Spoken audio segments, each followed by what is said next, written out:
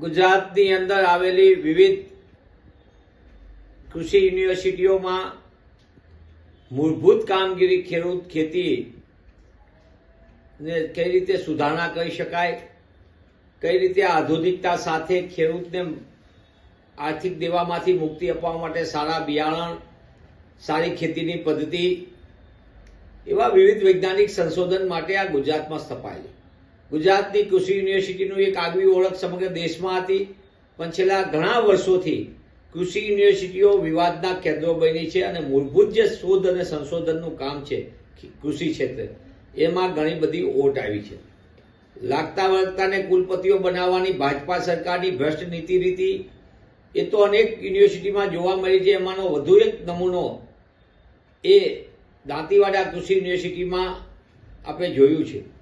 બનાસકાંઠાની અંદરની આ યુનિવર્સિટીઓની અંદર જે રીતે રિવોલ્વિંગ ફંડના જે નાણાં એ સ્થાનિક કક્ષાએ યુનિવર્સિટીને પોતાને મજબૂત કરવા માટે અને ત્યાંના સ્થાનિક નાના નાના કામો માટેનું જે રિવોલ્વિંગ ફંડ છે, જે સંપૂર્ણપણે યુનિવર્સિટીના શોધ સંશોધન સાથે યુનિવર્સિટીની મૂળભૂત સુવિધાઓ વધારવા માટેના ખર્ચ કરવા માટેનું છે, પણ ભ્રષ્ટાચારના જેમની સામે વ્યાપક પ્રમાણમાં ફરિયાદ છે, ગેરરીતિઓની જેમની સામે અનેક પ્રકારની ફરિયાદો છે, એ કુલપતિશ્રીએ પોતે આ બધા પ્રકારની તપાસમાંથી બચવા માટે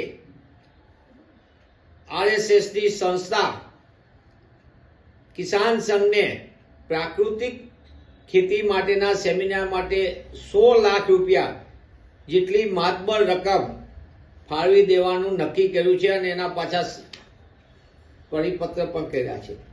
આ પરિપત્ર કૃષિ યુનિવર્સિટીના કુલપતિશ્રીએ પોતાની ઉપર લાગેલા ભ્રષ્ટાચારની તપાસમાંથી બચવા માટે કર્યો એવો સ્પષ્ટ મારો આરોપ છે.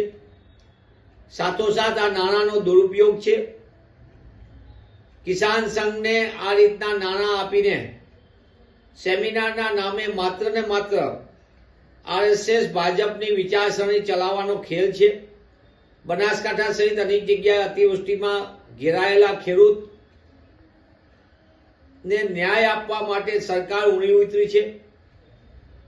કૃષિ યુનિવર્સિટી દ્વારા બિયારણની જે જુદી જુદી જાતોની ઉચ્ચ કક્ષાની ગુણવત્તા તૈયાર કરીને જે કરવું જોઈએ કામગીરી, એ કામગીરીથી દૂર ભાગી રહી છે.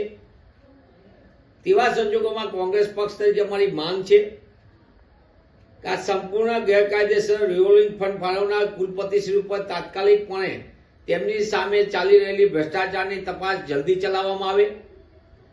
100 લાખ જેટલી રકમ જે ખેડૂતને ખેતીને અને યુનિવર્સિટીને શોધ સંશોધનમાં મજબૂત કરવા માટે રાખેલી એ રકમ ગેરકાયદેસર ફાળવણી કોના કેવાથી કરવામાં આવે એની તપાસ કરવામાં આવે અને તાત્કાલિકપણે આરએસએસની સંસ્થા કિસાન સંઘના નામે આવા સેમિનારો નામે જાહેર નાણાંનો દુરુપયોગ અને વેફાટ ઉપર રોક લાગવી જોઈએ.